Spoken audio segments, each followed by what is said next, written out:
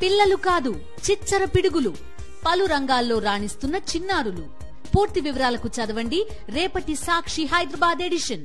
Kerala Wayanad parliament స్థానానికి ఉప ఎన్నిక ముగిసింది. 14 లక్షల మంది ఓటర్ల మద్దతు కోసం కాంగ్రెస్ పార్టీ నుంచి ప్రియాంక గాంధీ వాద్రా, సిపిఐ నుంచి సత్యన్ మొకేరి, బీజేపీ తరపున నవ్య హరిదాస్లతో సహా మొత్తం 16 మంది అభ్యర్థులు పోటీ పడ్డారు. గెలుపు ఎవరిదో అనేది ఈ నెల 23న తెలుస్తుంది.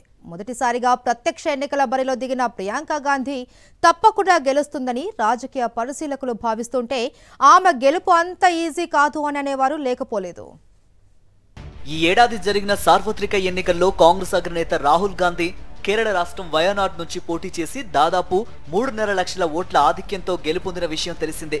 అయితే ఆయన మరో నియోజకవర్గం రాయ్ బరేలీ నుంచి కూడా విజయం సాధించడంతో నిబంధనల రీత్యా వయనాడ్ను వదులుకోవాల్సి వచ్చింది. దీంతో వయనాడ్కు ఉప ఎన్నిక అనివార్యమైంది.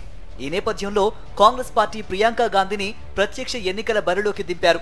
యూడీఎఫ్ కంచుకోటగా భావించే వయనాడ్ సీట్ను ఎలాగైనా నిలుపుకోవాలని కాంగ్రెస్ యోచిస్తోంది. మరోవైపు ఎల్డీఎఫ్, ఎన్డీఏలు సైతం ఈ నియోజకవర్గాన్ని కాంగ్రెస్ పార్టీ నుంచి కైవసం చేసుకోవాలని భావిస్తున్నాయి. వయనాడ్ ఎంపీగా రాహుల్ సేవలపైన, స్థానిక ప్రజల్లో ఆయనకున్న ఆదరణపైన కాంగ్రెస్ దృష్టి సారించింది. వాటినే ప్రచారం చేసింది. ప్రియాంక గాంధీ గెలిస్తే ఆమె కూడా తన సోదరుడిలాగా వ్యవహరిస్తుందని, నియోజకవర్గంలో అందుబాటులో లేకుండా పోతారని బీజేపీ విమర్శలు గుప్పించింది. అయితే వాటిని కాంగ్రెస్ గట్టిగానే తిప్పికొట్టింది. బీజేపీ విమర్శలకు చెక్ పెట్టిన ప్రియాంక గాంధీ తాను క్రమం తప్పకుండా వయనాడ్కు వస్తానని, ఇక్కడి ప్రజల వద్దనే ఉంటానని గట్టిగా హామీ ఇచ్చారు. వరుసగా వయనాడ్ నుంచి 4 సార్లు గెలిచిన కాంగ్రెస్ ఈసారి కూడా తన పట్టును నిలబెట్టుకోవాలనే కసితో పనిచేసింది. యువతను ఆకట్టుకున్న ప్రియాంక గాంధీ వయనాడ్ పార్లమెంటు నియోజకవర్గంలోని గ్రామాల్లో విస్తృతంగా పర్యటించారు. సోదరికి మద్దతుగా ఎన్నికల ప్రచారం చేసిన రాహుల్ గాంధీ కేరళ పర్యాటక ముఖ చిత్రంలో మొదటి స్థానంలో ఉండేలా వయనాడ్ను తీర్చిదిద్దాలని సలహా ఇచ్చారు. కేరళ పేరు తలుచుకుంటే వయనాడ్ గుర్తుకు రావాలని ఆయన అన్నారు. వయనాడ్ లోక్సభ నియోజకవర్గంలో మొత్తం 7 అసెంబ్లీ సెగ్మెంట్లున్నాయి. నవంబర్ 23న ఓట్ల లెక్కింపు జరగనుంది. కాంగ్రెస్ ప్రధాన కార్యదర్శి ప్రియాంక గాంధీ వాద్రా తొలిసారిగా ప్రత్యక్ష ఎన్నికల బరిలోకి దిగారు. మనస్తత్వ శాస్త్రంలో బ్యాచిలర్స్ డిగ్రీని, బౌద్ధ స్టడీస్ లో మాస్టర్స్ డిగ్రీ చదివిన ప్రియాంక గాంధీ 2019లో ఉత్తరప్రదేశ్ కాంగ్రెస్ ప్రధాన కార్యదర్శిగా నియమితులయ్యారు. అయితే ఆమె అప్పుడు పోటీ చేయలేదు. 2022లో జరిగిన ఉత్తరప్రదేశ్ అసెంబ్లీ ఎన్నికల్లో కాంగ్రెస్ పెద్దగా ప్రభావం చూపలేకపోయింది. దీంతో ఆమె ప్రత్యక్ష రాజకీయాల్లోకి రావాలంటూ కాంగ్రెస్ నేతలు డిమాండ్ చేస్తూ వచ్చారు. దాని ఫలితమే ఆమె వయనాడ్ ఎంపీ అభ్యర్థిగా ఉప ఎన్నికల బరిలోకి దిగడం. ఈ ఎన్నికల్లో గెలుపు ఆమె రాజకీయ భవిష్యత్తుకు కీలకమనడంలో ఎంత మాత్రమూ సందేహం లేదు. వయనాడ్ నుంచి ఎన్డీఏ తరఫున పోటీ చేస్తున్న బీజేపీ అభ్యర్థి నవ్య హరిదాస్ బీటెక్ పూర్తి చేశారు.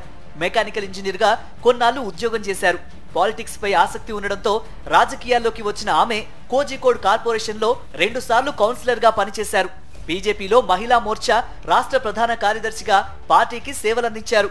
2021లో జరిగిన అసెంబ్లీ ఎన్నికల్లో ఎన్డీఏ అభ్యర్థిగా కోజికోడ్ దక్షిణ నియోజకవర్గం నుంచి పోటీ చేసిన ఆమె కాంగ్రెస్ అభ్యర్థి చేతిలో ఓటమి పాలయ్యారు. వయనాడ్ ఎంపీ అభ్యర్థిగా లెఫ్ట్ డెమోక్రటిక్ ఫ్రంట్ తరఫున పోటీ చేస్తున్న సత్యన్ మొకేరి సిపిఐ సీనియర్ నేత. 2014 ఎన్నికల్లో వయనాడ్ లోక్సభ స్థానంలో పోటీ చేసి ఓడిపోయారు. మోకేరి 1987 నుంచి 2001 వరకు కోజికోడ్ జిల్లాలోని నాదాపురం నుంచి ఎమ్మెల్యేగా సేవలందించారు.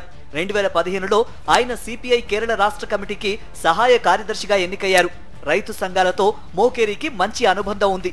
ఆయన సుదీర్ఘ అనుభవం, వ్యవసాయ సమస్యల పట్ల నిబద్ధత వయనాడ్ ఓటర్లను ఆకట్టుకుంటుందని ఎల్డీఎఫ్ భావిస్తోంది.